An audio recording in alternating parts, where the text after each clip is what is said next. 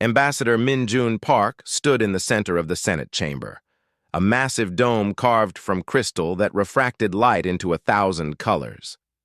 Above him, the 12 species of the Galactic Senate watched from their elevated platforms. Their forms varied wildly. Some were crystalline beings that glowed with inner light. Others resembled insects the size of ground vehicles. A few looked almost human, except for the wrong number of eyes or limbs that bent in impossible directions. Min-jun held a data tablet in his hands, but he did not need to look at it. He had memorized every word of his report. "Honored members of the Senate," he began, his voice amplified by translation devices that converted his words into 12 different languages simultaneously. "I present Earth's annual report on our integration programs." He tapped the tablet, and holographic images filled the air around him. Images of cities where humans walked alongside aliens of every description. Schools where human children learned next to young creatures with scales, feathers, and fur. Hospitals where doctors of different species worked together to save lives. This year, we welcomed 17,000 new residents from 47 different species, Min-jun said. They came to us seeking safety, opportunity, and freedom. We gave them citizenship, homes, and hope. Crime rates in integrated communities are down 12%. Economic productivity is up 18%. Most importantly, surveys show that 94% of our non-human citizens report feeling safe and valued. A sound like shattering glass echoed through the chamber. It was laughter from the Velkari, the crystalline beings who led the Senate. High Arbiter Kethron, their leader, pulsed with sharp red light. "Safe and valued," Kethron's translator spoke in a cold, mechanical voice. "How generous of you to make fugitives feel welcome." Min-jun kept his expression calm. "With respect, High Arbiter, they are not fugitives. They are refugees. People fleeing persecution and violence. We granted them asylum under the principle that all sapient beings deserve freedom and dignity. The natural order demands hierarchy," another senator spoke. This one was a Thaxern, a being that looked like a mass of tentacles wrapped around a central core. "You disrupt this order by treating lesser species as equals." "There are no lesser species," Min-jun said quietly, "only different ones."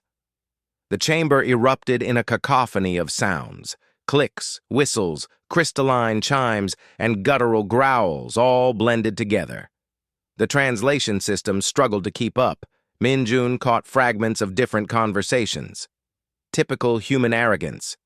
"They coddle weakness." "Emotional fools." Kethron pulsed with brilliant white light, and silence fell immediately. "Ambassador Park, the Senate has reached a decision. You will return all non-human residents to Senate custody within 90 days. They are subjects of Senate worlds, and you are harboring them illegally." Min-jun felt his heart rate increase, but he kept his voice steady. "High Arbiter, these people came to us voluntarily. Many would face imprisonment or death if returned. We cannot and will not send them back." "Cannot?" Kethron's light turned deep purple. "Or will not?" "Both," Min-jun said. "Our principles are not negotiable." "Then you leave us no choice," Kethron said. "You have 90 days to comply. If you refuse, the Senate will take corrective measures. This session is concluded." The light in the chamber changed, indicating dismissal. Min-jun bowed slightly and turned to leave. As he walked through the massive doors, he heard the whispers following him. "They will fold. Humans always do. Too weak to fight. 90 days, and they will beg forgiveness." Min-jun stepped into the corridor outside the Senate chamber. His assistant, a young human woman named Ji-woo, waited for him with a worried expression. "Sir, that sounded bad," she said. "It was," Min-jun agreed. He began walking toward the transport station. "Get me a secure channel to Earth. I need to speak with the Secretary General immediately." While Min-jun dealt with diplomacy, Dr. Seo-Yeon Choi walked through the New Seoul Integration Center, a facility that housed recent arrivals to Earth. The building had once been a warehouse, but now it served as a temporary home for people starting new lives. Seo-Yeon stopped to speak with a young Quarlin named Jack's Ear. The Quarlins were reptilian beings with iridescent scales and large, expressive eyes. Jack's Ear sat in the common area, watching a human television program with subtitles in his language. "How are you settling in?" Seo-Yeon asked, sitting down beside him. Jack's Ear turned to her. His translator device chirped softly. "I still cannot believe this is real, that I am allowed to just sit here, to watch entertainment, to choose what I want to eat." "That is normal here," Seo-Yeon said gently. "You are free to make your own choices. On my home world, Quarlens are laborers. We work in the mines. We are told where to live, what to eat, when to sleep. The Senate says this is our natural place." Jaxer's scales rippled with emotion. "But here, I see Quarlens who are doctors, teachers, artists. We can be anything." "Yes, you can," Seo-Yeon said. "What do you want to be?" Jaxer was quiet for a moment. "I want to help other Quarlens escape. I want them to know freedom like I do now." Seo-Yeon smiled sadly. She thought about the Senate's ultimatum. She thought about what might happen if Earth refused to comply. But she also thought about Jaxer's hope, and the hope of thousands like him. "We will do everything we can to protect that dream," she promised. That evening, Min-Jun stood in a secure communication room, facing a holographic projection of Earth's leadership. The Secretary General, a gray-haired woman named President An, listened carefully to his report. "So the Senate demands we surrender 47,000 people to what amounts to slavery or execution," President An said. "And if we refuse, they threaten war." "Yes, Madam President," Min-Jun said. "What are the odds they are bluffing?" "Low. The Senate has never made empty threats before. They view human principles as a threat to their entire system. If we succeed in treating all species equally, other worlds might ask why they cannot do the same." President An nodded slowly. "Then we need to prepare. But we also need to be clear about our position. Min-Jun, draft a response. Make it clear that Earth stands by its principles. We will not trade human values for human safety." "They will declare war," Min-Jun said quietly. "Probably," President An agreed. "But some things are worth fighting for. Freedom is one of them. Dignity is another. We did not come this far as a species by abandoning people who trusted us." Min-Jun felt a weight settle on his shoulders, but also a strange sense of relief. Earth would not fold. Earth would not compromise its soul to avoid conflict. "I will draft the response," he said. "Good. And Min-Jun, make sure every species in the galaxy hears it, not just the Senate." Back in the Senate chamber, Kethron met with the other 11 Senate members in private session. They discussed the human problem. "They will surrender," a Thaxern senator said confidently. "Human military technology is centuries behind ours. One show of force, and they will collapse." "I hope you are correct," Kethron said. "But prepare contingency plans. If humans resist, we must crush them completely. We cannot allow their ideas to spread." "Ideas," another senator scoffed, "as if ideas can stand against plasma cannons and gravitational weapons." Kethron pulsed with uncertain yellow light but said nothing. Deep in their crystalline consciousness, they felt the first hint of doubt, but surely the Thaxern was right. Ideas could not stop warships. Compassion could not deflect missiles. Equality could not shield planets from orbital bombardment. The Senate began preparing for war, confident in their technological superiority. They did not understand that they were not preparing to fight human weapons.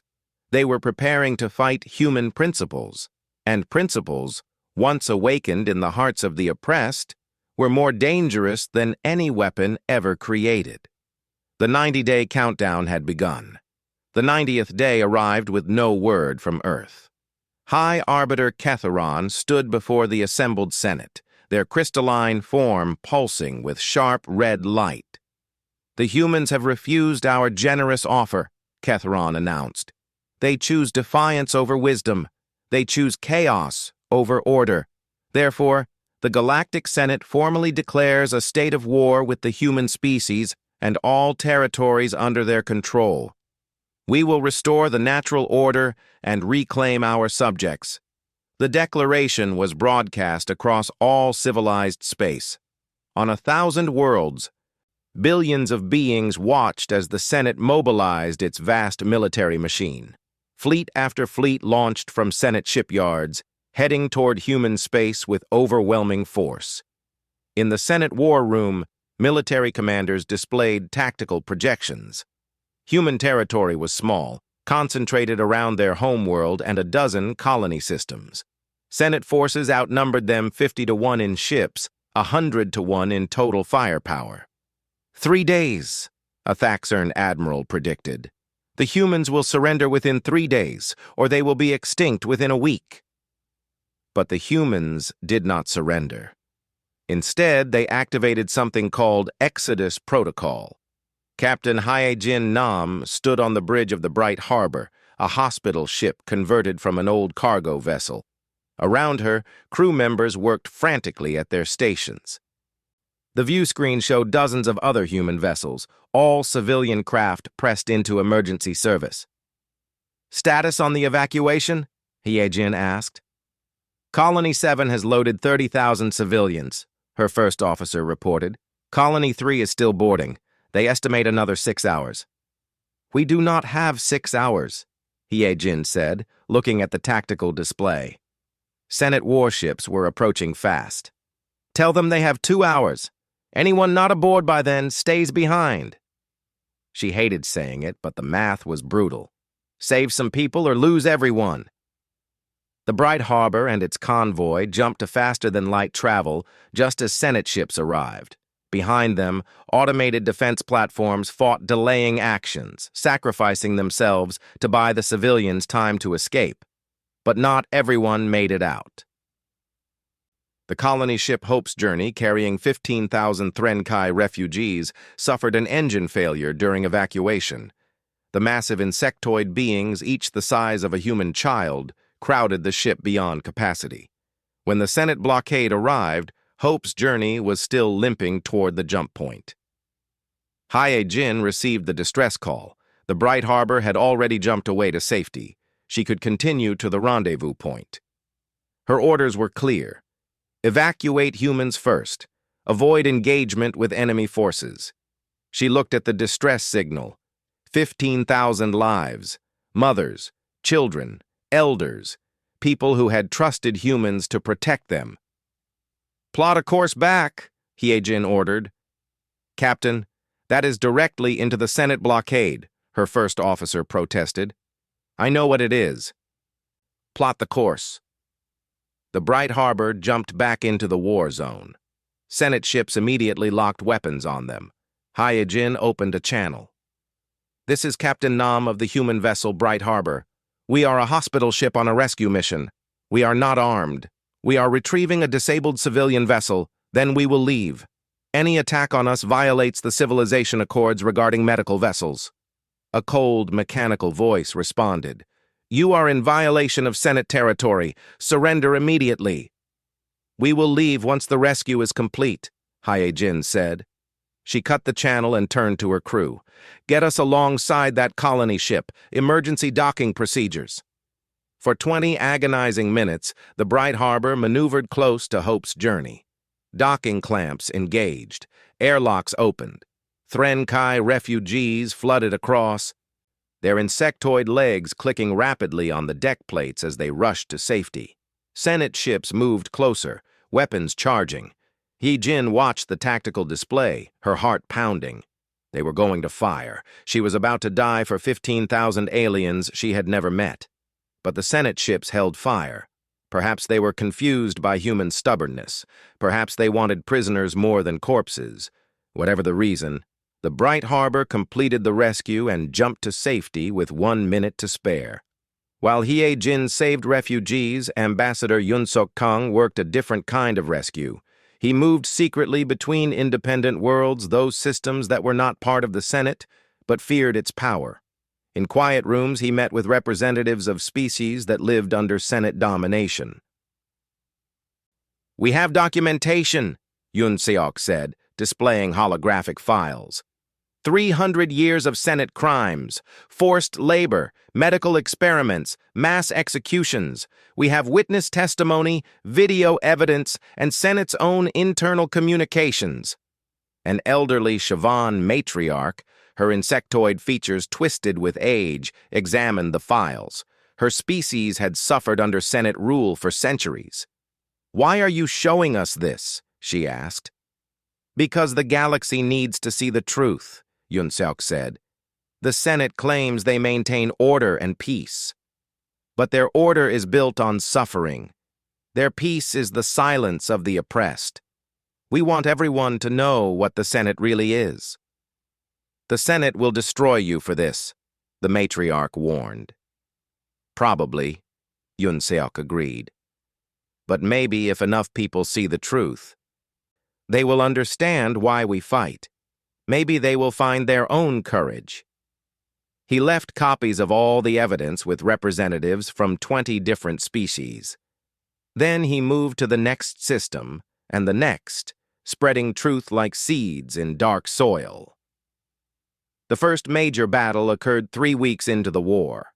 Senate forces attacked the human colony of New Jeju, home to 50,000 humans and 30,000 alien residents. The colony's defensive fleet was small, 12 frigates and 30 patrol craft against a Senate armada of 200 warships. The human commander did not try to win. They could not win. Instead, they fought a delaying action, sacrificing their ships one by one to buy time for the colony's evacuation. Every minute they held the Senate forces was another transport full of civilians reaching safety. The last human warship, the destroyer Steadfast, rammed a Senate battlecruiser when its weapons failed. Both ships exploded in a flash of nuclear fire, but the evacuation was complete. New Jeju was empty when Senate Marines landed. Frustrated by the empty colony, the Senate made a decision that would change everything. Fleet Admiral Vexoth of the Thaxern ordered his ships to target the medical transport Healing Light. The ship was clearly marked with medical symbols on every surface. It carried 3,000 refugees, mostly children and elderly, along with medical staff from 7 different species. "Sir, that is a hospital ship," his tactical officer said. "I do not care what it is," Vexoth responded. "Fire." The Healing Light exploded. 3,000 lives ended in an instant. But the transport had been broadcasting live footage of the evacuation, and a dozen human drone ships recorded everything. Within hours, the footage was broadcasting across the galaxy. Every civilized world saw the Senate deliberately destroy a medical vessel. They saw the hospital symbols clearly visible. They saw the escape pods that tried to launch. They saw those pods being targeted and destroyed as well. Ambassador Minjun Park appeared on every public channel that would carry his transmission. His face was drawn, his eyes red from lack of sleep, but his voice was steady. "The Galactic Senate wants you to believe they represent order and civilization," he said. "Today, they showed you what their order really means. They murdered 3,000 defenseless people on a medical ship. Among the dead were 15 human doctors and nurses who volunteered to help alien refugees. Also dead are 200 Quarlin children, 400 elderly Threnkai, 800 others from a dozen species, all of them murdered by deliberate Senate action." He paused, letting the images replay behind him. "We are not asking for your help in our war. We only ask that you see the truth. See what the Senate is willing to do to maintain their power. Then ask yourself, is this the galaxy you want to live in?" The broadcast ended, but its impact rippled outward. On the Threnkai homeworld, Elder Siobhan gathered with other matriarchs. They watched the footage in horrified silence. "The humans fight for people who are not even their own species," one matriarch said quietly. Their doctors died trying to save our people. And the Senate murdered them all, Siobhan said. How many more will die in silence? How many more will we allow to die while we do nothing? On the Quarlin homeworld, workers in the deep mines passed around forbidden communication devices, watching the footage in secret. They saw Quarlin children among the dead, children who could have been their own. On 3 minor worlds at the edge of Senate space, governments issued formal condemnations of the attack on the healing light. They were small gestures, quickly suppressed by Senate authorities, but they were the first cracks in the Senate's absolute control. In the Senate War Room, High Arbiter Kethron reviewed casualty reports. 3 weeks of war, and they had not killed a single human soldier in direct combat. The humans kept retreating, evacuating, running, but they would not surrender. They are cowards, a senator said. They run from every battle. But Kethron pulsed with uncertain yellow light. They had destroyed 1 colony, killed a few thousand humans and aliens. In response, the humans had damaged the Senate's reputation across the entire galaxy. Images of the destroyed hospital ship were everywhere, impossible to suppress. Perhaps, Kethron said slowly, we should reconsider our approach. No, Admiral Vexoth said firmly. Fear is the only language lesser species understand. We must hit them harder, make them too afraid to resist. Kethron finally agreed, but the yellow light did not fade. Somewhere deep in their crystalline consciousness, doubt continued to grow. Meanwhile, Captain Heejin Nam delivered another load of refugees to a safe world beyond Senate reach. As the Threnkai filed off her ship, many stopped to bow their heads to the human crew. Thank you, they said in a dozen different languages. Thank you for not abandoning us. Hyojin watched them go and thought about the 15 human volunteers who died on the healing light. She thought about her orders to avoid engagement, orders she had disobeyed to save the Hope's journey. Worth it, she said quietly to herself, then louder to her crew. Prep for the next run. There are more people who need us. The war was 3 weeks old, and already the Senate had learned an important lesson. Humans would not fight the way conquerors fight. They would not fight for territory or resources or glory. They would fight for principles. And that kind of fight was much harder to win. 3 months into the war, the Senate controlled space but could not break humanity's defensive positions around their remaining colonies. Every Senate assault met fierce resistance, but never a counterattack. Humans fought only when defending civilians, and they fought with desperate courage that surprised Senate commanders used to quick surrenders. But space battles were only part of the war. The real fight was happening in the shadows. Lieutenant Tae-Yang Im stood in the cargo bay of the Whisper, a small human stealth vessel designed to slip through Senate detection grids. Around him, 20 other crew members checked their equipment one final time. They wore no military uniforms, carried no weapons. They looked like merchants or refugees themselves. Remember, Tae-Yang said quietly, we are not soldiers. We are rescue workers. If Senate forces find us, we run. We do not fight unless there is no other choice. And if there is no other choice, a young crewman asked, then we make sure the people we came for get away, even if we do not. The Whisper dropped out of faster-than-light travel at the edge of a Senate system. Their destination was Quarlin Prime, homeworld of the reptilian species that served as miners and laborers across Senate space. Intelligence reports said there was a labor camp holding 50,000 Quarlans who wanted to escape, but lacked the means. Tai-Yang's mission was to provide those means.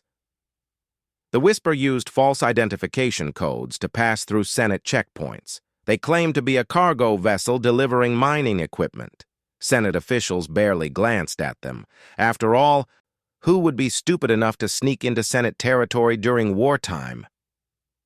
The Whisper landed at a remote spaceport far from Senate military bases.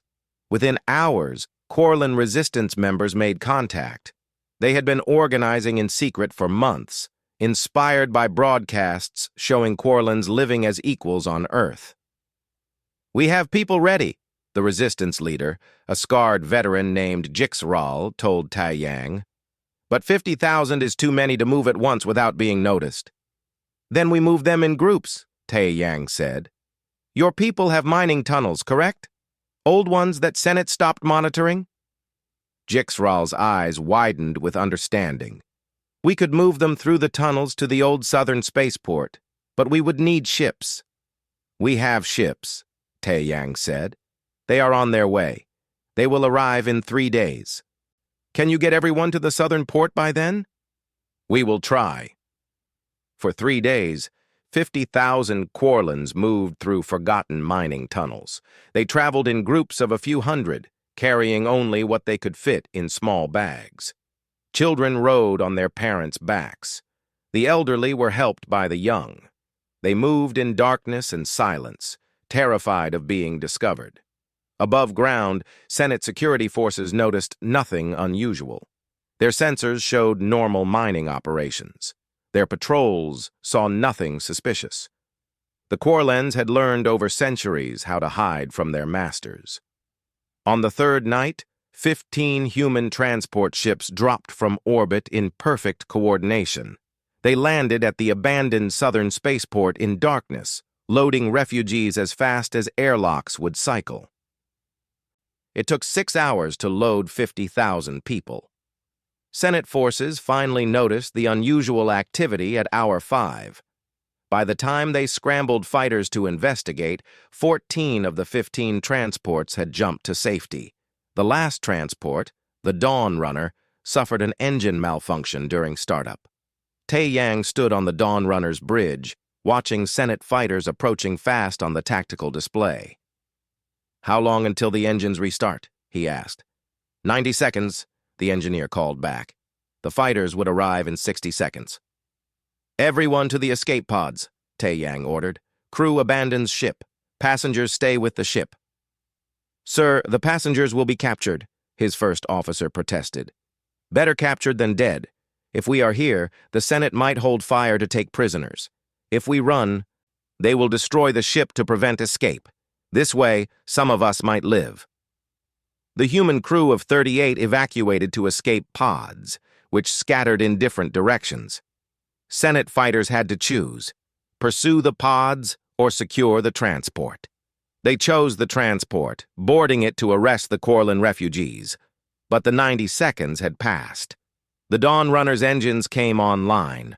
The ship jumped to faster-than-light travel with Senate Marines still aboard. By the time they realized what happened, the transport was in human space, and the Marines were prisoners. The Senate rescued their Marines 3 days later through a prisoner exchange. They got back 40 confused soldiers. The humans kept 49,683 Corlin refugees. Only 317 Corlins were captured before the ship escaped.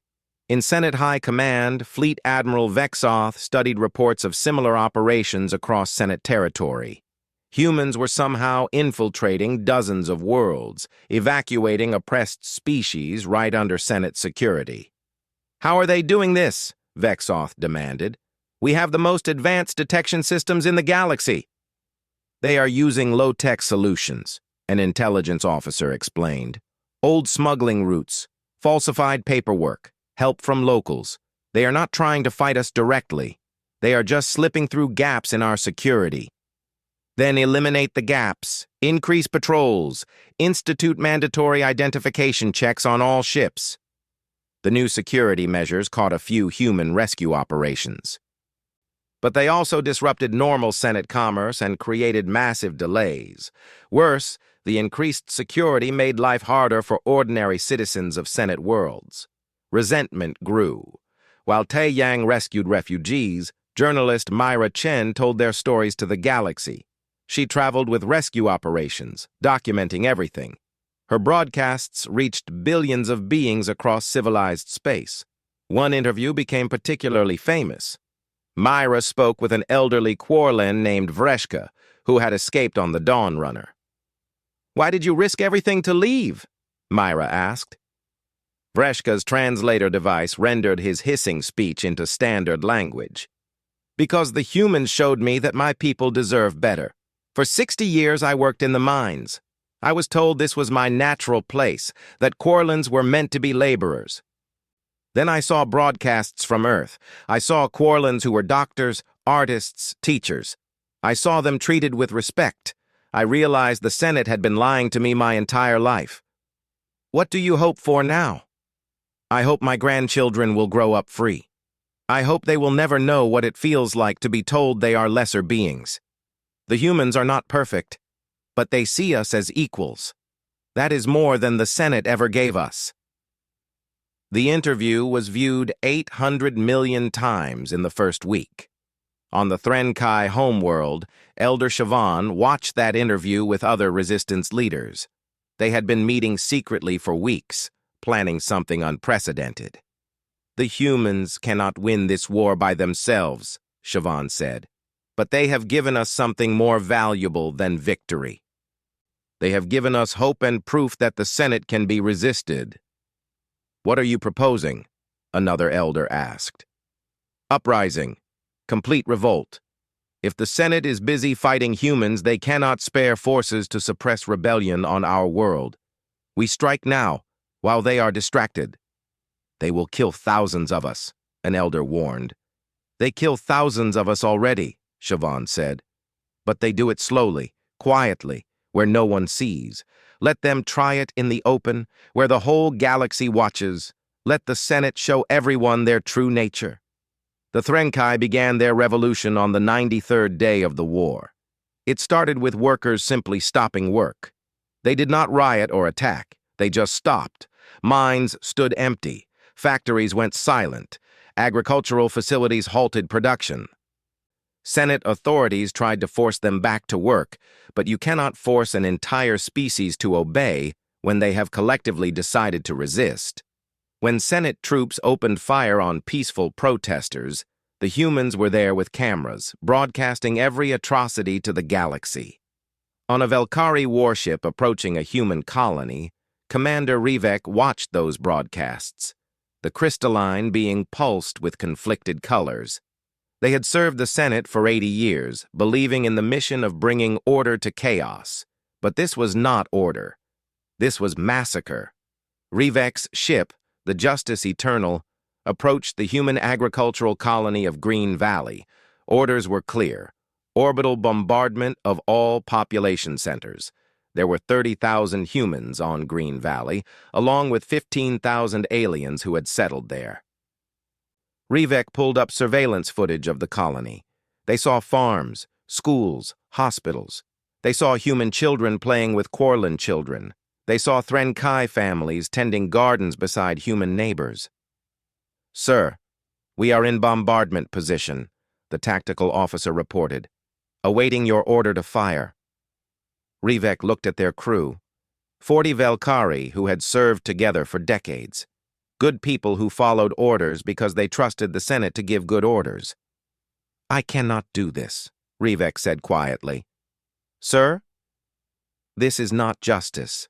This is murder. Firing on civilians, on children, is not maintaining order. It is terrorism. Rivek opened a ship-wide channel. All crew, this is the commander. I am refusing this order. We will not fire on the colony below. I know this puts you all in an impossible position. Any who wish to leave may take the escape pods to the planet. The humans will give you asylum. Any who stay will be court-martialed with me. For a long moment, silence filled the ship. Then, one by one, crew members spoke. I stand with the commander. I will not kill children. My daughter asked me if it was true that humans treat everyone equally. I could not answer her. I will not make her ashamed of her father. All 40 crew members stood with their commander. The Justice Eternal broke formation and jumped away from the battle zone, broadcasting a message as it left. The Senate no longer represents justice. We will not be complicit in genocide. The defection shocked the Senate. One of their own commanders had refused orders and mutinied. Worse, they had broadcast their reasons across all channels. High Arbiter Kethron convened an emergency session. Revek and their entire crew will be executed publicly. We must show that betrayal has consequences. And they did execute them. All 40 Velkari were arrested, tried in a 2-hour military tribunal, and executed on live broadcast. Kethron believed it would restore discipline. Instead, it had the opposite effect. Beings across the galaxy watched the Senate execute their own people for refusing to kill children. The propaganda value was immeasurable. Within a week, 40 different species launched coordinated rebellions across Senate space. Some were violent uprisings, others were peaceful resistance, like the Threnkai. But all were inspired by the same thing, proof that the Senate could be defied. Taeyang watched the rebellion reports from his ship's wardroom. The Whisper was heading to another rescue operation, but he took a moment to process what was happening. "We are winning," his first officer said. "No," Taeyang said quietly. "They are winning. The people who were oppressed are freeing themselves. We just showed them it was possible." He thought about Revek and the 40 crew members who died rather than follow evil orders. He thought about the 50,000 Quarlans who walked through dark tunnels toward freedom. He thought about every person who looked at the Senate's might and decided that freedom was worth the risk. "Get some rest," he told his crew. "Tomorrow we do it again." The war was 3 months old, and the Senate was beginning to understand that they were not fighting a war. They were fighting an idea, and ideas, once awakened, could not be bombed into submission. 6 months into the war, the Galactic Senate faced a crisis that threatened its existence. Rebellions burned across 60% of their territory. Military forces were spread impossibly thin, trying to fight humans while also suppressing uprisings. Worse, entire fleets were defecting rather than commit atrocities against civilians. High Arbiter Kethron stood before the Senate in emergency session. Their crystalline form pulsed with chaotic, shifting colors that betrayed their panic. "The situation is unsustainable," Kethron announced. "If we do not act decisively, we will lose everything. I propose an extreme solution to restore order." "What solution?" a Thaxern senator asked. "Complete destruction of 3 rebel worlds, not military targets, everything, every city, every farm, every living thing. We broadcast the destruction across the galaxy as a warning. Submit or face extinction." The chamber fell silent. Several senators pulsed or moved in ways that suggested discomfort. But fear overrode conscience. "If we do not show strength now," Kethron continued, "more worlds will rebel. We must prove that resistance is futile."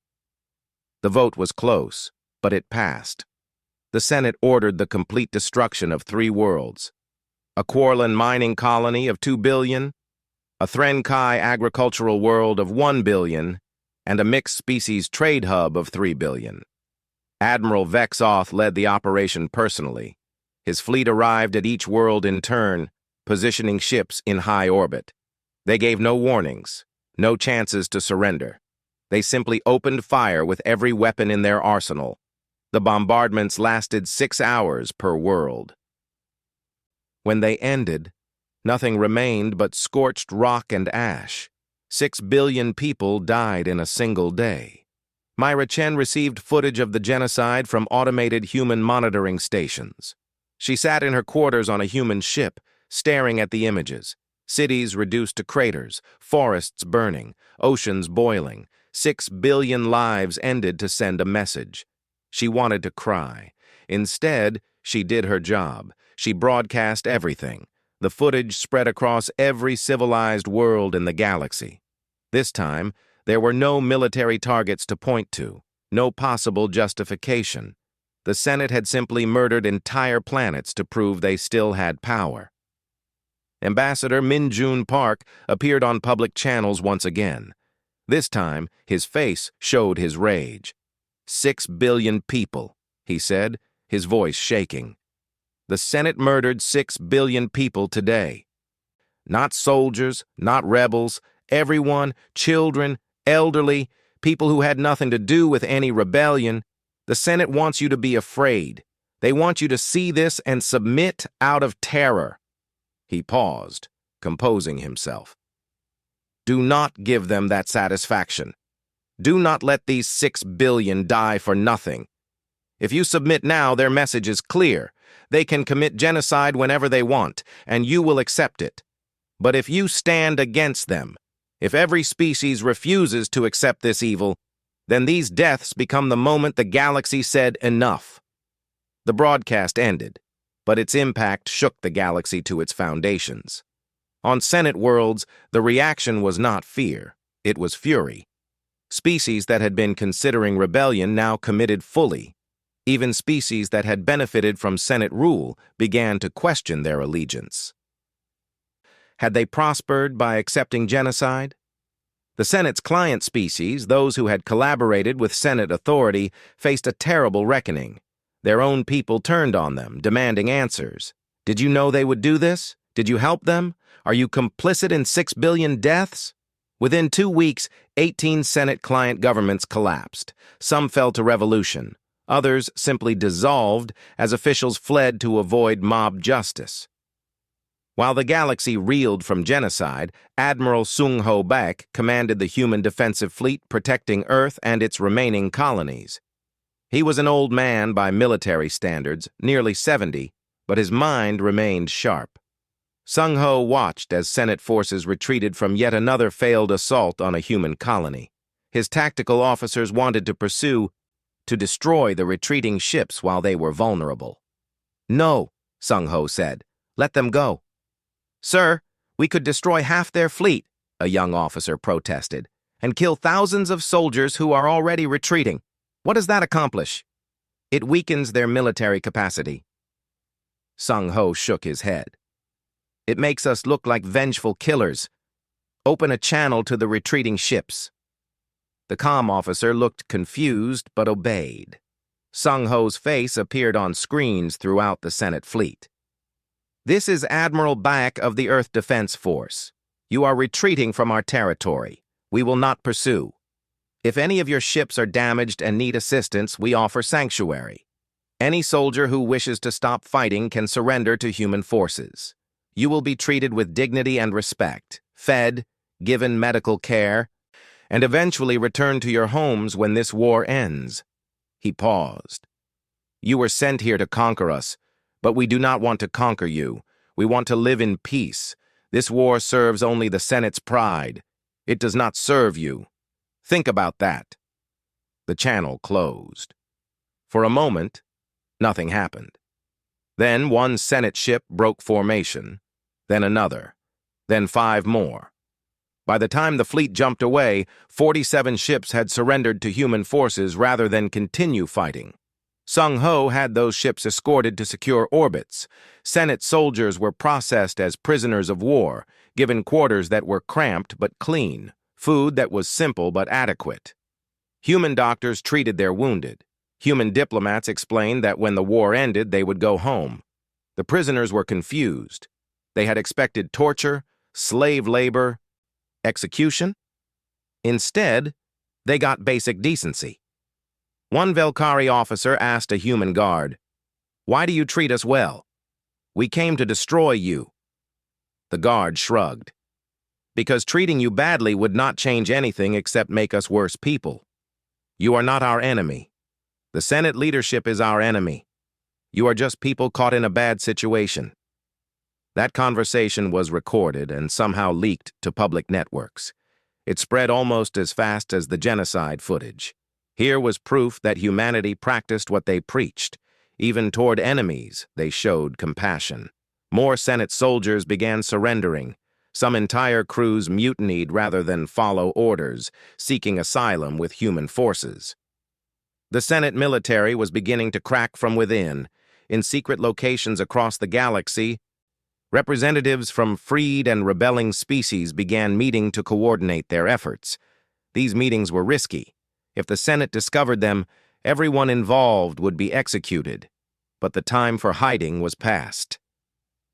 Elder Siobhan of the Threnkai helped organize what became the Council of Free Peoples. 200 species sent representatives. They met on a remote station in neutral space, guarded by human ships. Ambassador Yun Seok Kang attended as Earth's representative. He sat in a vast, circular chamber, surrounded by beings of every description: scales, fur, feathers, chitin, crystalline structures, energy beings, all united by their desire for freedom. "We need leadership," a Quarlin representative said. "The humans have led this fight. They should lead the council." Yun Sok stood immediately. "No." "Absolutely not." The chamber erupted in confused noise. Yun Sok waited for silence, then continued. "We did not fight to replace one empire with another. We are not here to rule you. We are here to stand beside you. If we take leadership of this council, how are we different from the Senate? They impose their will on others too." "But someone must coordinate our efforts," a Threnkai elder protested. "Then create a rotating leadership. Share power equally among all species. Make decisions by consensus when possible. Majority vote when necessary. Build something better than what came before." The chamber was quiet as representatives considered this. Finally, Elder Siobhan spoke. "The human is right. We have a chance to build a new kind of cooperation, one based on equality, not domination. I vote we establish the Council of Free Peoples with rotating leadership and equal representation." The vote was overwhelming. The Council of Free Peoples was born, with no permanent leaders, no hierarchies, no empire. Just cooperation between equals. While the council organized, the Senate collapsed inward. They recalled all forces to defend their core worlds, abandoning 70% of their territory in the process. Freed worlds celebrated as Senate troops withdrew. Some were peaceful transitions. Others involved violence as people took revenge on collaborators and occupiers. Yun Sok tried to prevent the worst excesses. He broadcast messages urging restraint, arguing that justice should be fair, not vengeful. Some worlds listened, others did not. The price of freedom was being paid in blood, and not all that blood was Senate blood. Ambassador Min Jun Park watched from Earth as the Senate's territory shrank day by day. He should have felt victorious. Instead, he felt tired and sad. 6 billion dead. Millions more killed in uprisings and Senate reprisals. The cost of this war was almost unbearable. President An found him staring at casualty reports in his office. "You are wondering if it was worth it," she said. 6 billion people, Madam President. Did they have to die for this? The Senate killed them, not us. We gave people a choice to be free. The Senate chose genocide to try to stop them. That is on the Senate, not on us. But if we had surrendered at the beginning, then those 6 billion would still be slaves, and so would everyone else. Evil triumphs when good people choose peace at any price. Sometimes the price of freedom is terrible. That does not make freedom less valuable." Min Jun nodded slowly. He did not feel better, but he understood. The fight was not over yet. In the Senate chamber, only 8 of the original 12 species remained loyal.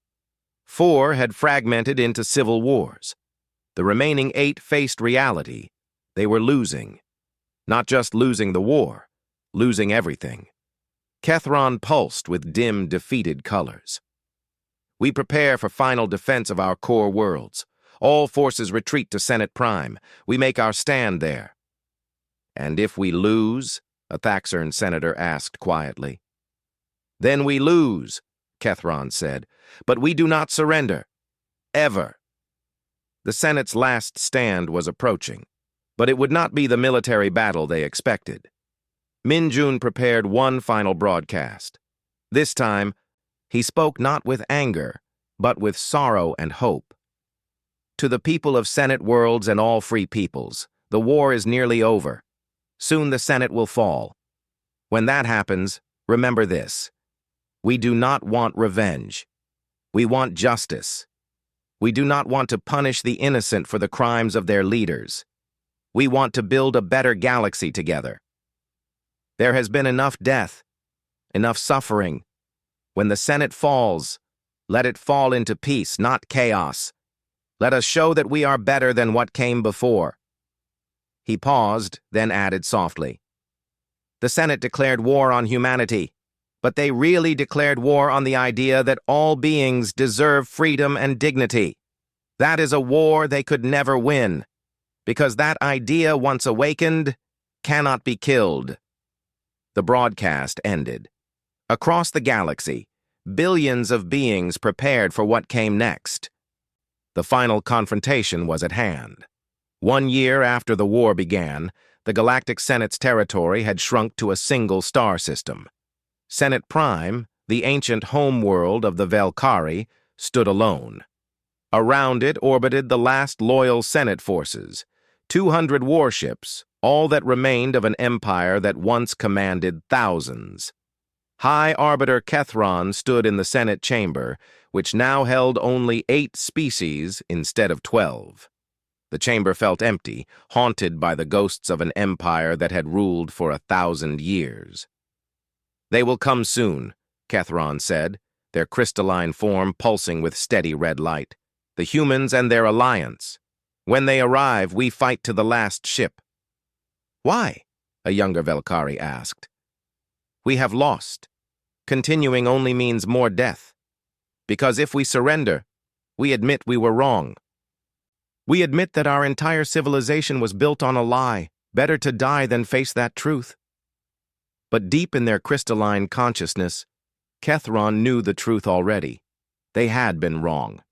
Everything they believed about natural hierarchy, about the need for domination, about lesser species, all of it was wrong. The humans had proven that. It was that knowledge, more than any weapon, that killed the Senate. Admiral Sung Ho Baek commanded the fleet approaching Senate Prime. Behind his ships came vessels from 200 freed species.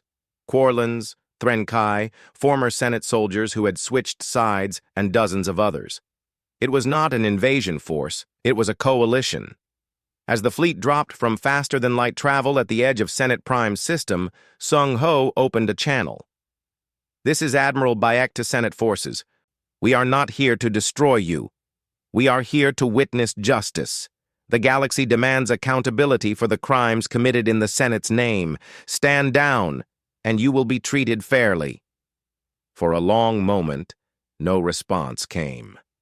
Then, one by one, Senate warships began to power down their weapons. Not all of them. Perhaps half remained ready to fight, but half was enough.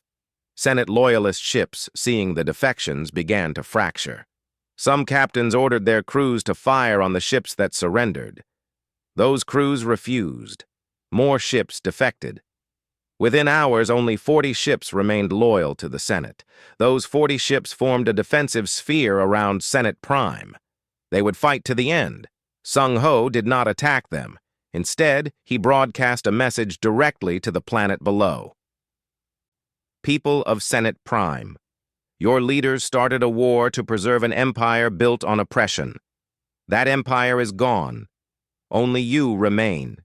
You can die defending it, or you can live to build something better. The choice is yours."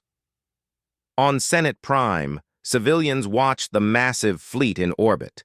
They saw ships from species they had been taught to view as lesser beings. Those ships could bombard the planet at any moment. But they did not fire. Protests began in the capital city. Velkari civilians, tired of war, tired of death, demanded their leaders surrender. The Senate's own people turned against them. Kethron watched the protests from the Senate chamber.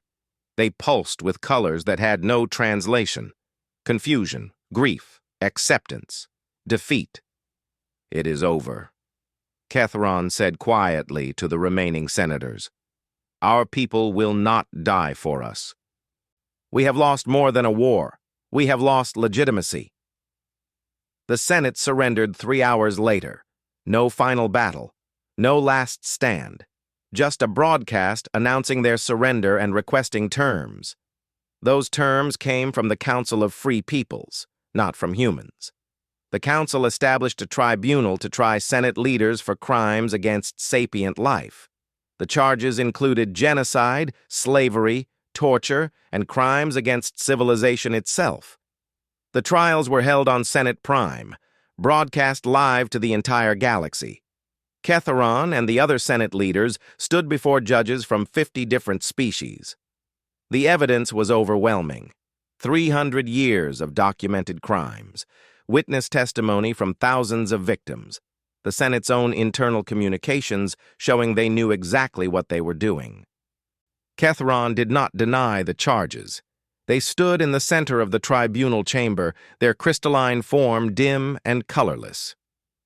"We believed we were maintaining order," Ketharon said when given a chance to speak.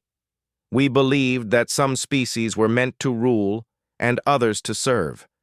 We believed this so completely that we could not see the evil we committed." They paused, light flickering weakly. "The humans showed us we were wrong. Not through superior weapons, but through superior principles. They treated all beings with dignity. They proved that cooperation was stronger than domination. They made us look at ourselves and see what we had become." "Do you accept responsibility for your crimes?" the lead judge asked. "Yes, I accept full responsibility. I made the decisions. I gave the orders.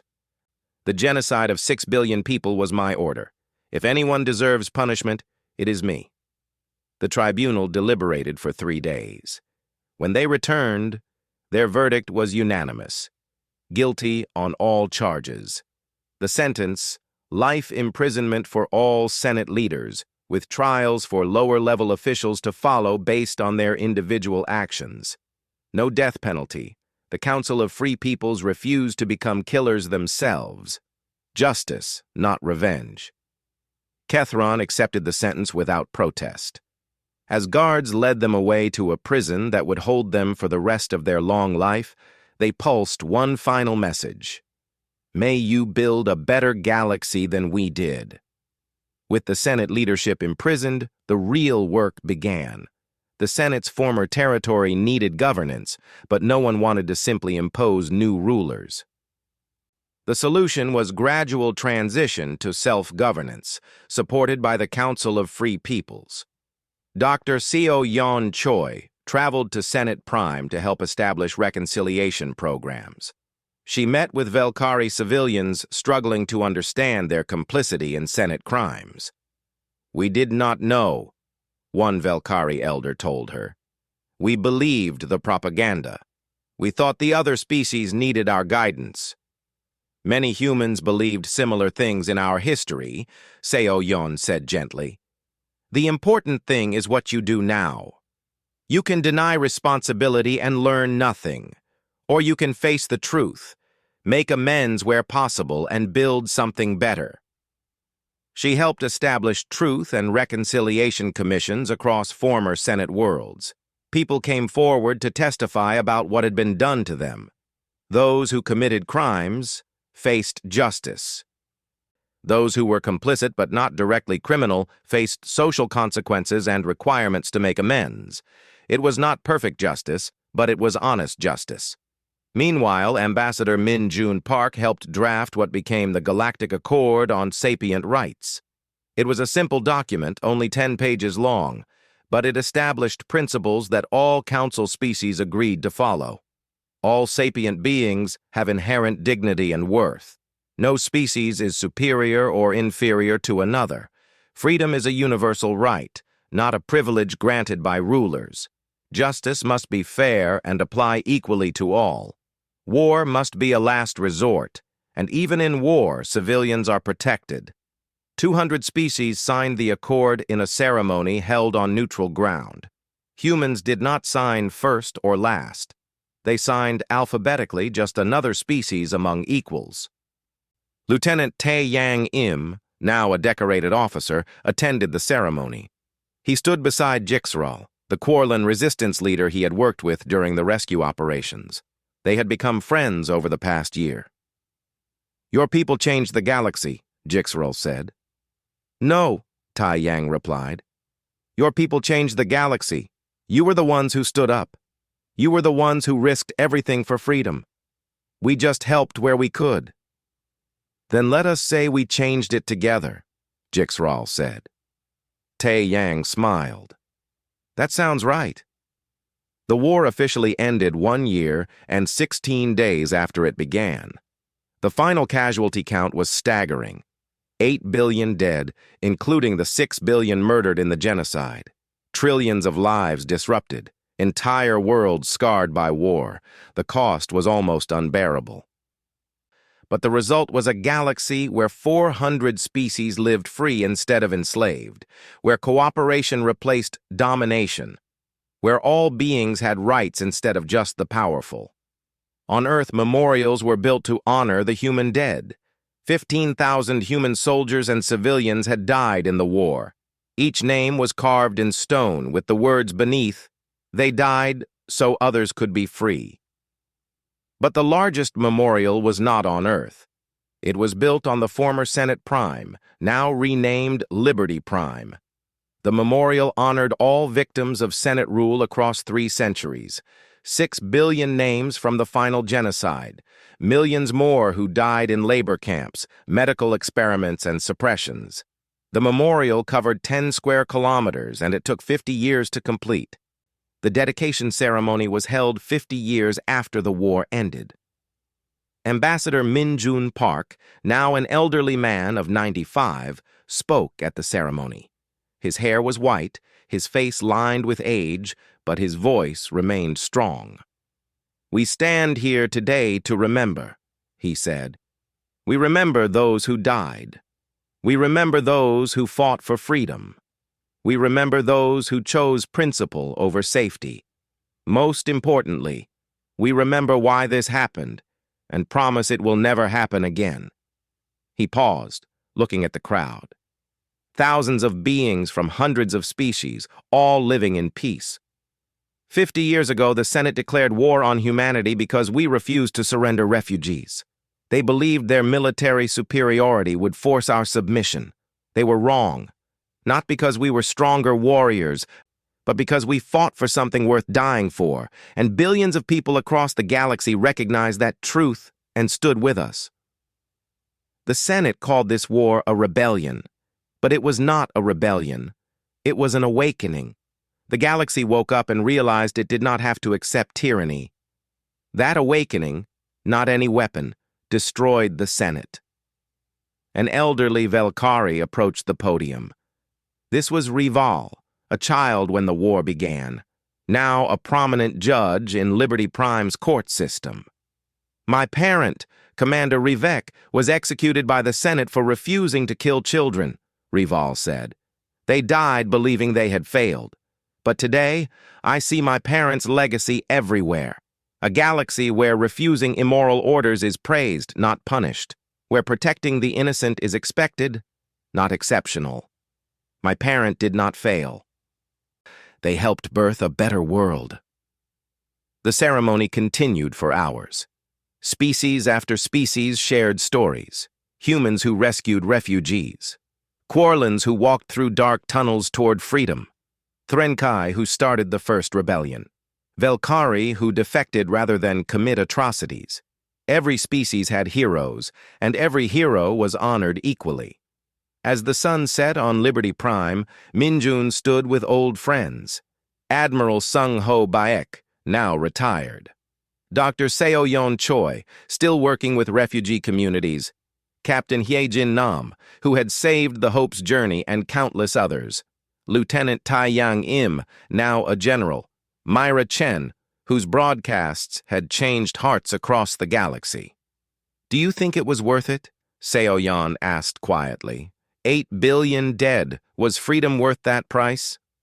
Min-jun was quiet for a long moment. The 8 billion did not die for freedom. They died because the Senate tried to prevent freedom.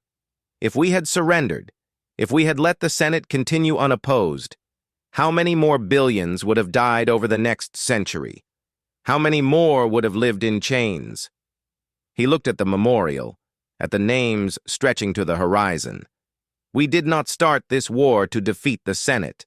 We started it to live by our principles. The Senate defeated themselves by being unable to tolerate a galaxy where all beings had worth. That was their extinction, not anything we did. Sung-Ho nodded slowly. The Senate declared war on humans, but they really declared war on hope. That was a war they could never win. As darkness fell, lights illuminated the memorial. 6 billion names glowed softly in the night. Around the galaxy, similar memorials lit up in synchronized tribute. For 1 hour each year, on the anniversary of the genocide, the entire galaxy remembered together. In 400 languages, the same words were spoken. Never again, never forgotten, never surrendered. The Galactic Senate had ruled for 1,000 years and believed their empire would last forever. In the end, it lasted exactly 1 year after declaring war on humanity. Not because humans destroyed them, but because the Senate destroyed themselves by trying to kill an idea. That idea was simple. All beings deserve freedom and dignity. It was an idea that, once awakened, could not be bombed, could not be enslaved, and could not be killed. 50 years after the war, that idea lived in the hearts of trillions. The Senate was gone, but the galaxy they tried to preserve was gone too. In its place stood something better, something built on cooperation instead of domination, something that proved the humans right. Some things are worth fighting for. Freedom is one of them, dignity is another, and a galaxy that recognizes the worth of all beings is worth everything. The Senate learned that lesson too late, but the galaxy learned it just in time, and that made all the difference.